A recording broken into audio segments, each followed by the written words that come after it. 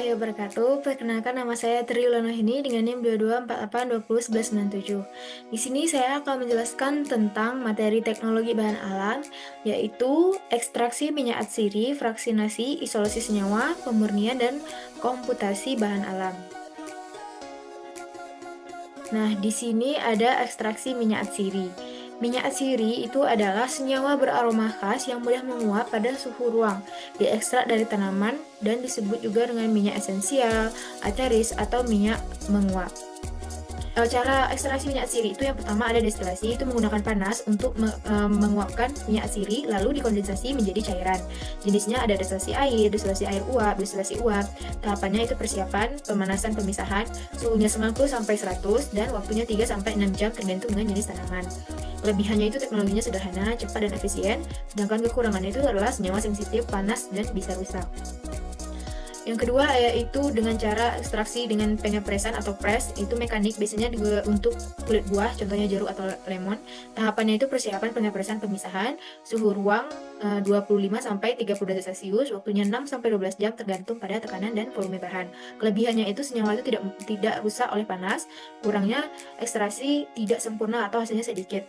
Yang ketiga itu ada ekstraksi dengan pelarut organik, menggunakan pelarut seperti etanol dan heksana. Tahapannya itu persiapan pemisahan ekstraksi, suhu 30 sampai 40 derajat Celcius, atau waktunya 2 sampai 6 jam. Kelebihannya itu cepat dan tidak mudah merusak senyawa, kekurangannya biayanya tinggi, pemisahan pelarut kompleks.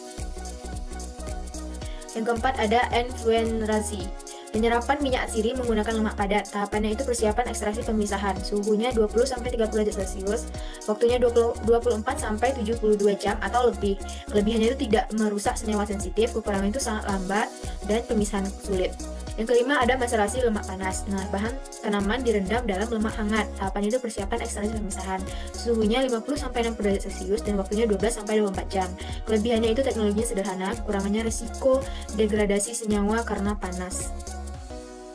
Fraksinasi adalah proses pemisahan ekstrak menjadi fraksi-fraksi berdasarkan sifat kimia seperti kepolaran, tujuannya untuk mendapatkan fraksi aktif atau senyawa murni dari campuran.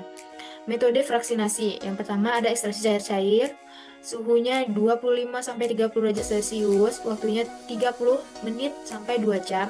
Prinsipnya itu meningkatkan polaritas senyawa terpisah sesuai dengan kelarutannya. Contoh senyawa berdasarkan pelarut itu ada nonpolar, semipolar, dan polar. Selanjutnya fraksinasi afinitas terhadap fase diam dan fase gerak. Suhu umumnya suhu ruang 25 derajat Celcius, waktunya 15 sampai 60 menit per pelat atau kolom. Jenisnya itu kromatografi lapis tipis atau KLT. Yang kedua kromatografi kolom, vakum liquid kromatografi, solid phase extraction atau SPE. Kelebihannya cepat, efisien dalam jumlah kecil, kekurangannya tidak bisa digunakan untuk senyawa volatil. Kromatografi kertas atau kromatografi lapis tipis, prinsip kerjanya itu memisahkan sampel berdasarkan perbedaan kepolarannya antara sampel dengan pelarut yang digunakan dengan menggunakan lapis tipis pada lempeng kaca, logam, dan lain-lain. Fase diam contohnya itu zat padat silika alumina, fase gerak itu cairan. Selanjutnya ada isolasi senyawa. Ini dilakukan setelah kromatografi menggunakan teknik seperti penyudapan bercak atau ekstraksi dari pelat. Analisis kuantitatif itu menggunakan fotodensitometer untuk mengukur intensitas bercak. Senyawa yang diperoleh diukur menggunakan spektrofotometri. Selanjutnya yaitu pemurnian. Pemurnian ini bertujuan untuk memperoleh senyawa murni bebas dari kontaminan, biasanya hingga kemurnian 15 sampai 100%. Metode pemurnian itu ada rekristalisasi, melarutkan senyawa padat dalam pelarut panas lalu didinginkan. Suhunya larutan dipanaskan 60 sampai 80 derajat Celcius lalu didinginkan 5 sampai 10 derajat Celcius. Waktunya 1 sampai 6 jam. Kelebihannya kristal murni tanpa pengotor. Kekurangannya itu harus ada perbedaan besar dalam kelarutan. Yang kedua ada dekantasi, itu memisahkan cairan dari padatan setelah mengendap. Suhunya itu suhu ruang, waktunya 30 menit sampai 1 jam. Kelebihannya proses dan alat sederhana, kekurangannya hanya untuk campuran yang tidak tercampur. Yang ketiga ada sublimasi, itu senyawa padat langsung berubah menjadi gas lalu dikondensasi. Suhunya itu biasanya 60 sampai 180 derajat Celcius, waktunya 1 sampai 3 jam. Kelebihannya sangat murni ideal untuk senyawa volatil.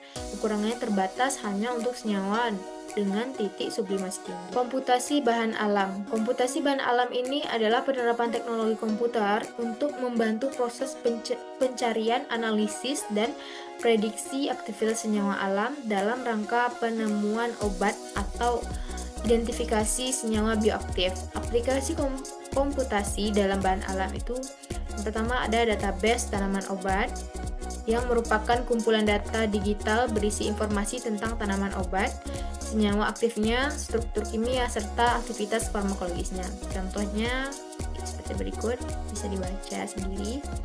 Selanjutnya itu ada prediksi aktivitas biologis senyawa yang digunakan untuk memprediksi senyawa berdasarkan struktur kimianya.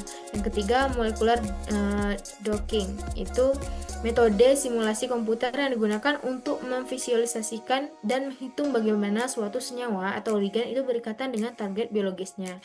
Biasanya itu protein. Yang keempat itu mempercepat proses penemuan dan seleksi obat baru. Dengan dukungan komputasi, peneliti dapat menyaring ribuan hingga jutaan senyawa dengan virtual untuk menemukan yang paling potensial. Itulah materi yang dapat saya sampaikan. Semoga bermanfaat. Wassalamualaikum warahmatullahi wabarakatuh.